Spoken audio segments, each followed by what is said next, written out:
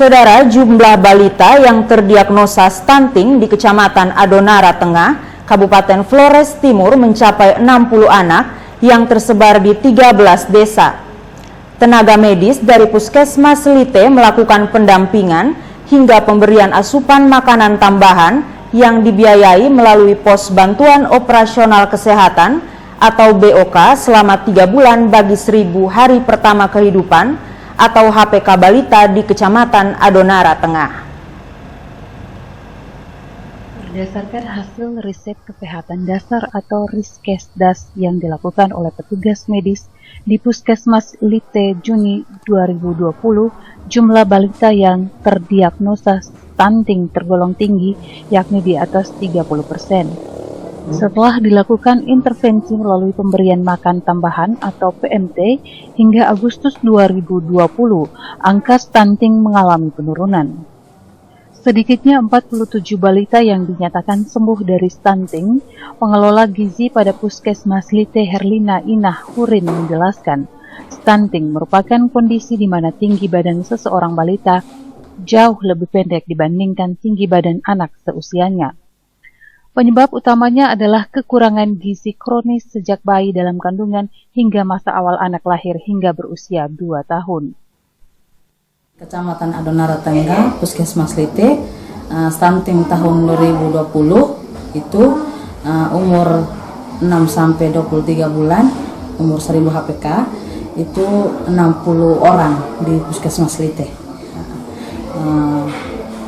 Intervensi yang dilakukan, pemberian makan selama 90 hari, itu PMT pemulihan, itu diberikan oleh dana BOK, pakai dana BOK Puskesmas. Sebanyak 13 desa yang terdiagnosa stunting di Kecamatan Adonara Tengah, Kabupaten Flores Timur, masing-masing adalah Desa Baya sebanyak 7 balita, Desa Oes Sayang 3 balita, Desa Leo Bele 3 balita, dan Leo Pawo 5 balita. Desa Bidara 3 balita, Desa Nubalema 1 6 balita, Desa Nubalema 2 4 orang, Desa Hokoboro Ura 4 balita, Desa Wewit 2 balita, Desa Kokotobo 8 balita, Lite 5 balita, dan Desa Knotan 4 balita.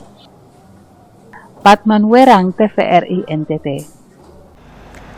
Pembangunan jembatan YTT yang menghubungkan Desa Notan, Kecamatan Adonara Tengah, Kabupaten Flores Timur dinilai asal jadi. Pasalnya, pembangunan jembatan yang menghabiskan anggaran 300 juta yang berasal dari dana desa tahun anggaran 2019 ini ambruk. Padahal belum genap setahun jembatan tersebut dikerjakan. Berdasarkan informasi yang dihimpun dari sejumlah masyarakat desa, bahwa jembatan penghubung dikerjakan secara swakelola oleh salah satu warga di desa. Pembangunan jembatan mulai sekitar bulan Juni 2019 dan selesai Desember 2019. Jembatan dengan nilai kontrak sebesar 300-an juta rupiah ini dibiayai melalui dana desa tahun anggaran 2019.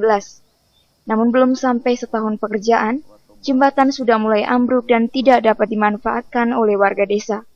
Warga desa Kotan pun mengadukan persoalan ke pihak aparat penegak hukum Polres Votim untuk ditelusuri, karena diduga kerusakan jembatan yang baru saja selesai dikerjakan akibat kelalaian pelaksanaan teknis fisik, karena diduga dikerjakan secara asal-asalan. Namun hingga saat ini, belum ada upaya proses hukum yang serius dari pihak aparat penegak hukum atas sejumlah laporan yang diadukan warga Kotan. Warga Kotan berharap adanya sikap proaktif dari aparat penegak hukum untuk melakukan penelusuran lebih lanjut. Patman Werang, TVRI NTT.